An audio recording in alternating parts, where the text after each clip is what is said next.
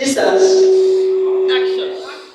sisters, sisters for two. Faithful and charity. I will not be sentimental by calling Elizabeth sisters so that the root sisters and Sarah sisters. However, let me quickly say that I am lucky to be in your midst and to be given the opportunity to take the sermon and to take talk today. And also that I consider myself blessed among women. Blessed among women because by some coincidence, my mother's name is Elizabeth, my daughter's name is Elizabeth, and my in-law's name is Elizabeth. By the same token, my sister's name is Sarah, and my sister's name is Ruth. So, I am the right person to be in your presence. The only difference is that I am a man. So I thank the Sisters Fellowship, Elizabeth Sisters, and the elders of the Sister Fellowship for giving me the opportunity to take this very important talk. That is an uncommon privilege for me to come and address sisters. So it's an opportunity for me to give a general perspective about marriage and then man's perspective about marriage. We are in a society where marriage is being challenged by so many inventions, so many understanding of marriage. We are in a society where the whole idea of marriage is being challenged in different ways. That people are giving all kinds of interpretations to marriage, and we have things like same-sex marriage, lesbianism, bestiality where humans marry animals, and there's a general disenchantment, anger, fear resulting in divorces, and fear to get married. So people are getting afraid of marriage due to so many things happening. So it is a timely discussion in order to remind ourselves about things we know about marriage and to strengthen us that there's hope, because marriage is actually a thing that is designed by God. I love to talk. Unfortunately, I'll be given 10 minutes to talk, so I will speak to the slide. I would want this to be an exchange so that because you cannot exhaust every marriage in one show. If there's a chance, I will speak to my slide and allow questions to come, and then we'll take it from here. So basically, marriage in this context, in this church, is a concept. Marriage in the context of this talk is a state in which two people, man and woman, are united in a sexual relationship or union as spouses or husband and wife, as recognized by God and the law. There are so many ideas about marriage that God, to show that marriage was ordained by God. Malachi chapter 2 verse 14 show that God is a witness to marriage. Mark chapter 10 verse 8 shows that God made man and woman to become one through marriage. Ephesians chapter 2 5 verse 25 shows that it is God. Marriage is God's way of teaching love. That people are united in love is God's way of teaching love. Then Titus chapter 2 verse 4, marriage is a legacy that God commands. That God's command should be passed on to children. That his parents have a role to play in passing the legacy of marriage from one generation to another. Now, what is God's purpose about marriage? God's purpose about marriage is in Genesis chapter 2 verse 18. One is companionship. When God created man, he saw that it is not good for man to be alone, so there was need for him to have a companion. So he created a companion. I'm spelling these things out so that we can understand marriage first from the perspective of God. Before we begin to get confused with all of that, so many definitions of marriage that can be world today, and it's confusing people and making people afraid to marry. So marriage in God's purpose is for companionship. Marriage in God's purpose is for partnership and for procreation, according to Genesis chapter 1 verse 28.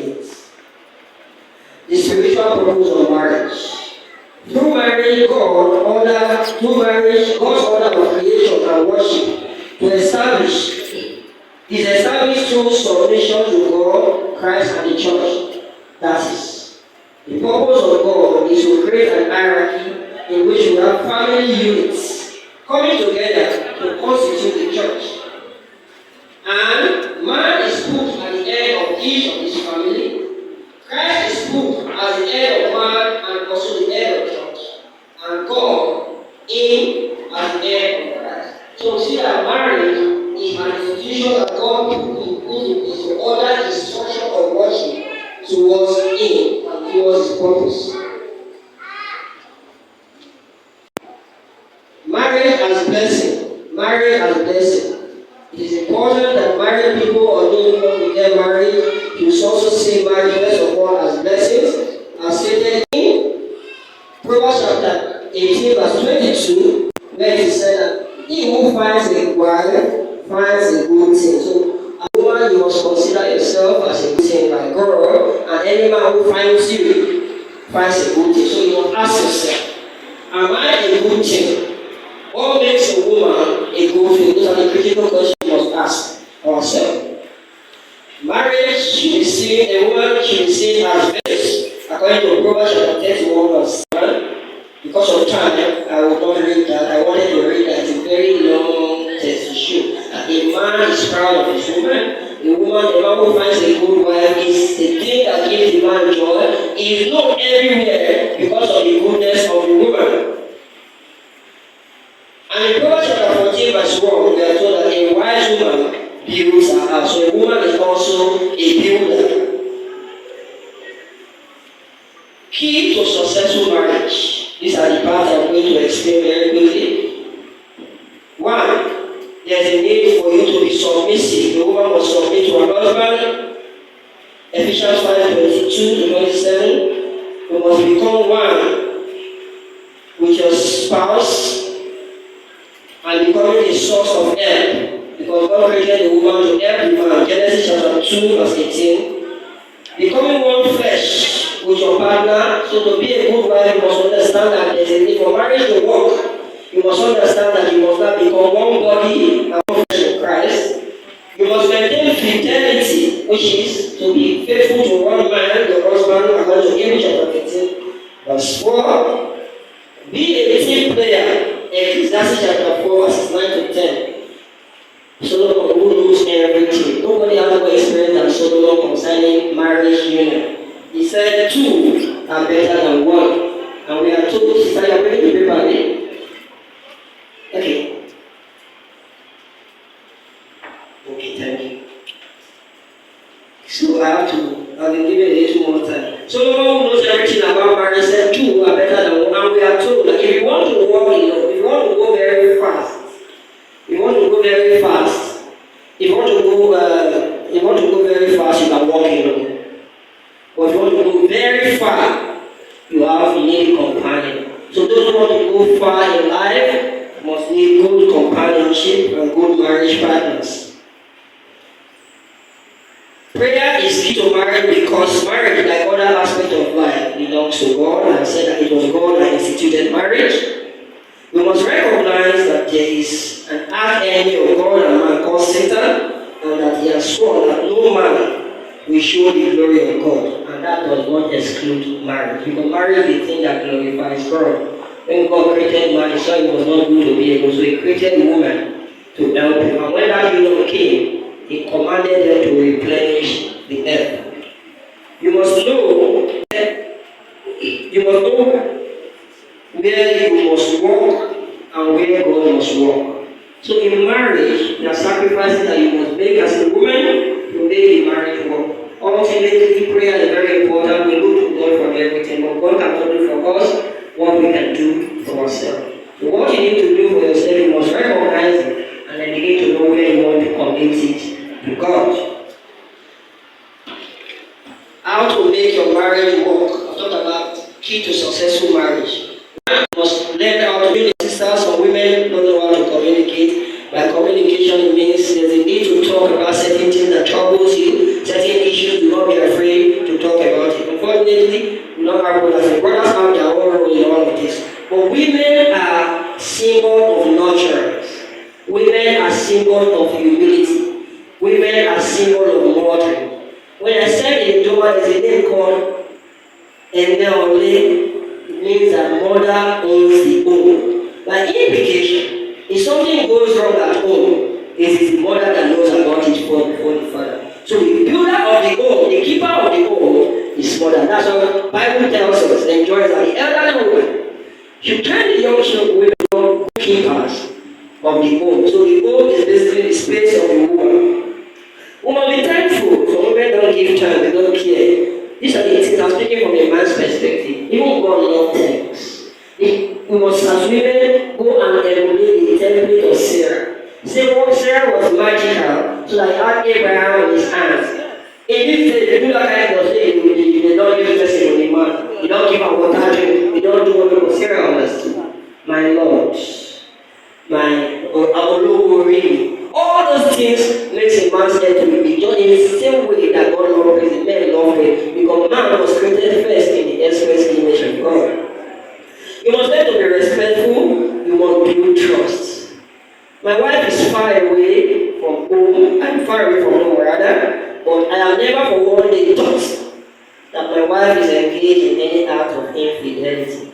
Because once that kind of thought comes out, I begin to create imaginative pictures of my wife being engaged sexually with somebody. I'm going to be very explicit here in this discussion. But because of the trust she has earned, I don't even think about it. So there's any trouble, it's not about whether my wife is with her. That has kept me married. So when you earn the trust of your husband, you will go anywhere and say, my wife cannot do this. Even if he is told, I will hear from my wife because of the trust. So you must learn to build trust, away from questions.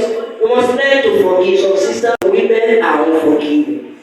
So marriage to work and to be successful because offense, I am made of blood, flesh, and bone, capable of all mistakes. I'm even capable of engaging in acts of infidelity as a man. David was capable. He did all of that. I'm capable of stealing, I'm capable of anything because I am not perfect. So you must learn from the day you are going to marry, no matter what, I will forgive my man. And if you do that, it's going to be wanted by an act of forgiving and it will become a good. Who told you a good man cannot make mistakes? A good man can make mistakes, but don't say never. I will never forgive. It's a satanic interference. Manage your disagreement, don't sleep over it. When you have a disagreement, you have to talk about it, and talk about communication. Be truthful, don't tell lies. Appraise your marriage. Sit down from time to time, marriage anniversary, and say, wow, this is the second year, the third year for our marriage. How far? How have we fared well? And describe this kind of discussion. Plan personal time and spousal time. A time will come in your life because there's Satan, you will get tired. The things of God can bring tiredness and begin to question. You know, I'm tired of this marriage. You want personal time and everything. That's it that wants to come. That is the time you have to be personal about it. Then the time you follow the rules about marriage, be truthful, be thankful, be honest, be everything that the woman should be. But a time will not come where you have to be personal because you begin to drift apart. The man is carried away by the cares of the world. He's not showing you that kind of love. He showed you when he was calling you and begin to say he doesn't love you anymore. And the man too begins to say that this woman does not love me anymore because he's tending to children and doing other things. But you have to learn. I've reached that stage in my life where I became personal. At times I've questioned the essence of marriage itself. But when I remember the laws of God concerning marriage, I now make personal effort. My wife said, don't shout anymore. I said, why are you going to shout? I will die, or that man will marry you.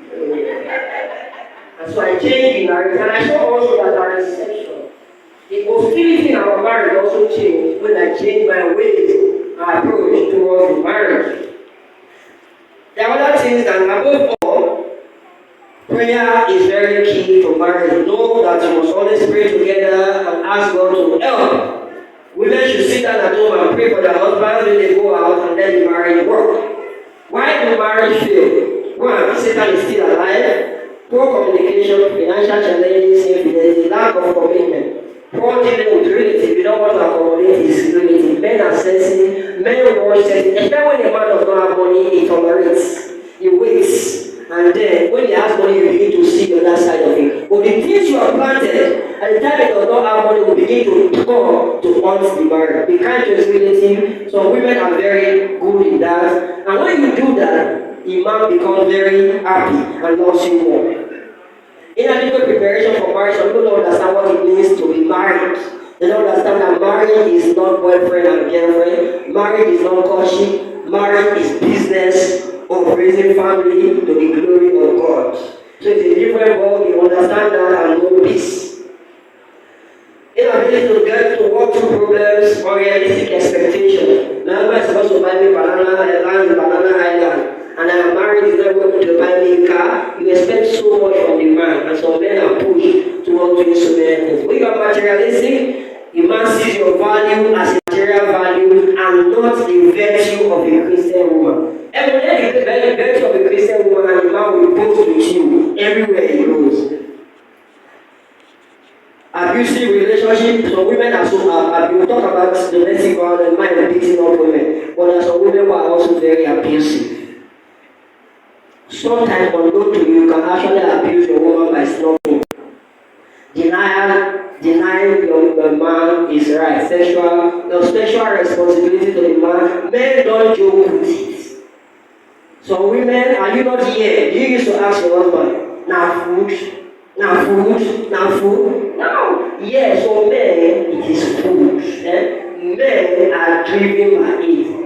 For women, sex is a means of procreation, a means to an end. When we want something as women from our men, that is when we relax ourselves. And after that, I say, honey, you're going to give me 50,000 to do that. Man will give. But when there is no such a thing, you are very uptight. And the Bible says, woman, submit yourself to your husband. Your own husband. So if you submit yourself, the man will be happy because it's creation for man. It is food for man. No, you don't ask him that question. Now food. Yes, it is food. Ashebe said that a bed that shakes every night there's always peace go as long as the bed shakes at night. For those who have understand, let them understand. Above all, marriage should be built on love. So the absence of love can bring destruction to marriage. Love in this context means the kind of the passion, the feeling, without any strings attached that we have towards our partner. The kind that God has towards us in sending Jesus Christ. The type Jesus Christ has when he said, Father, forgive them, for they don't know what they are doing. And when he told the adulterous woman, that kind of love that said, I don't want to condemn you. Now that do I condemn you, go and sin no more. So if your wife, your husband offends you, forgive him already. One day you offended me, but I have forgiven you already. In his angry moment, you will not understand. But you must understand your person. I used to tell my friends and everyone that cares to listen that women are actually more powerful than us. All we have is a physical strength. And because of the enormous power that God has given to you as women, God simply said, if I leave these people to be above men, then man is there. So let me just make man the end. That's the only thing we have about God. Otherwise, the power to plan, the power to conceive, the power to think. A woman can kill you in your dream if she wants to. And nobody will know about it. So you have the enormous power. Convert your power as a woman into building a great family by showing love and nurturance to both your man and your children. So consider your man as a child. Now, words for the lady, because I know we have married people here and then we have people who are expecting to get married. Very quickly, I will say be objective, realistic, and decisive. Be very clear about what you want. Be realistic. See this brother, see what he has, and decide whether this is what you want. Be decisive about it. Know who you are and what you want. Some people don't even know who they are. Put a value upon yourself and say, this is my value and this is what I want in a man, and you see that kind of man will come your way. If you do not equip yourself with the right skills, with the right content, it is big players that will come your way. When you go to school and acquire the right knowledge, acquire the right, people will come your way, and people who are in that category to right come to the table with content. So women feel, and it is very tragic. In this our current generation, you see young girls are 16, 18 already are thinking about getting married. Because they think that the thing you come to marriage with is your ability to provide sex. But that is not what men really want. Men want companionship in the truest sense of it. And it means you must have content. You must be engaging intellectually, you must be engaging sexually, and you must be engaging spiritually. So if you don't develop yourself sexually, if you don't develop yourself spiritually and intellectually, then you are bringing nothing to the table. The man will not want that kind of thing when he discover this is all you have. You can't help it because we go out and forget to pray. We need our wives to sit down and say, God, can't be going out and coming in of my husband. So you must develop yourself as a woman. So when I'm making the man, I want a man that is tall. I want a man that is handsome. I want a man that is rich. Also tell yourself, in turn, when I get this man, I will be a prayerful wife. I will be a sexually attractive wife. I will be an intellectually engaging wife. If you don't have that, then you are not just a woman. I'm talking about for the men. Don't be pressured into taking wrong decisions, both sexually and the choice of man you want to marry. Feel free to woo your man. You have been told that a man should come and toast you, and yes, that is how it should be. But the financial man, I'm telling you, only now did I will use myself as an example. Only now did I realize that it was my sister that was wooing me all along. So women, if you are smart as a woman, you will woo your man without him knowing. Each time I ask this woman out, she said, well, it's fine, let me think about it. She gives me the company, stays there with me, talks to me, but she draws the line. She became mysterious. Then I begin to ask myself, what is it about this woman that is not letting me? Each time I want to walk away, that times I will walk away, she will not be the one to come and look for me. I'll be the one looking for. When I'm not getting what I want, I walk away and then she comes. She's never saying yes to me, but she just keeps me as a friend. Watching me. But when I walk away, so she tied the rope around me and imaginary. So when I walk away, she grabs me back by coming to look for me. That's when you're winning your man. So you can actually talk your man into marriage. Men don't ordinarily want to go to marriage because they think about the financial constraints, they think about the emotional implications, and then they continue to say, let's hear our humilities, let's hear our get. But in time of the woman, because I know the woman gets worse. If a 50 years back can tell us that in this day from 30 years, it's difficult to have children. So as a woman, you must develop yourself and also develop the skill to lure your man that you want.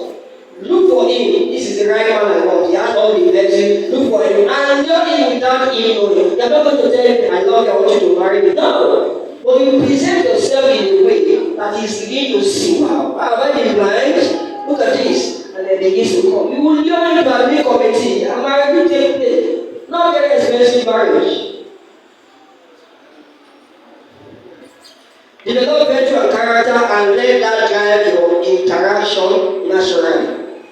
Do not make yourself in place holder. This is very important. So brothers will come. I'm expecting to go to Canada. I'm going to travel next year. I want you to travel with me. I want to marry you. But you just give me some time. So men are coming with the intent of making you a second choice because they are actually looking for what, so they are keeping you there. Just in case this does not work, they will not come. Identify what you want. Do not be a placeholder to hold on as somebody that they will marry. And later I see somebody, real person one comes, and he goes. Identify what you want very clearly and go for it. If the brother is not making over, you know you love him. I have said it before. You can actually woo him. They are telling you that marriage is not expensive. And the one that's looking at something that is expensive. Learn how to softly talk and walk your man into marriage. I've said that. Be patient, above all, be patient, prayerful, and develop the right spirit of discernment to know that whether this is the right for me or not. After you are falling in love, keep your eyes open, be prayerful, and be able to understand whether this brother is the right man for me. And that should be a man that has the fear of because when the time comes, when you come in the life of every man that feels that I'm tired of this, I want to walk away. Because man is emotionally traumatized in this world. He wants to walk away. I will tell you like that.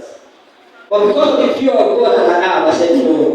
I look at my beautiful daughter, I look at my wife and say, God, these people are looking up to me for quality leadership. I cannot let them down. That kind of man has the fear of God. He goes back again. they don't know what we go through, but we come back and then smile and then these are the kind of man we look for. When you find that quality with the help of God, then you find a good man.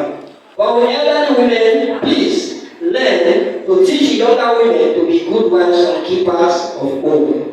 Thank you. I wait for questions.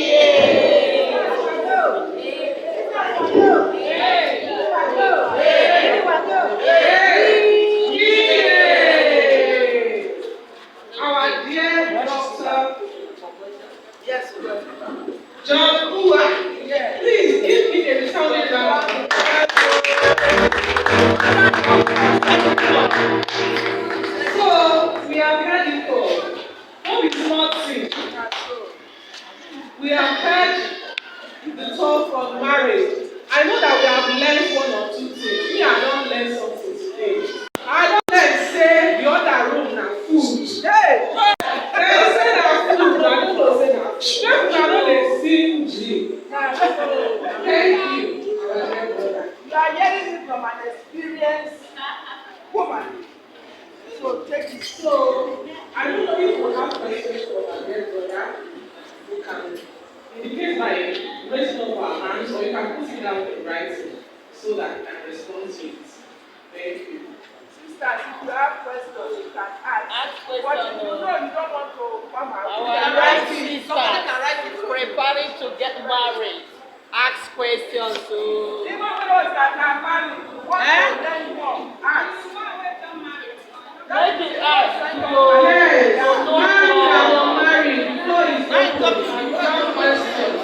Yeah. Come and ask. What you go do when you make your brother dey happy? When you go make am dey do for another one for one another. That is it. So even if you are married, you can still ask questions. You still have things to learn. I mean, not be so. That's They true. say marriage na school. Every day we Marriage na learn. school. Na every day. Yes. Every day is like you learn. Marriage na university o wey dem no dey graduate from. Our mama say dem no dey graduate. Hey, mama. You no dey graduate, you no dey pass out, you no dey fail out. You So don dey sisters, there. please ask your question. Our father has already, he has told us. Say even sisters and we wey dey no be we. Sisters wey never marry, say if una see brother wey una like, no una use idea. Walk up to your brother and know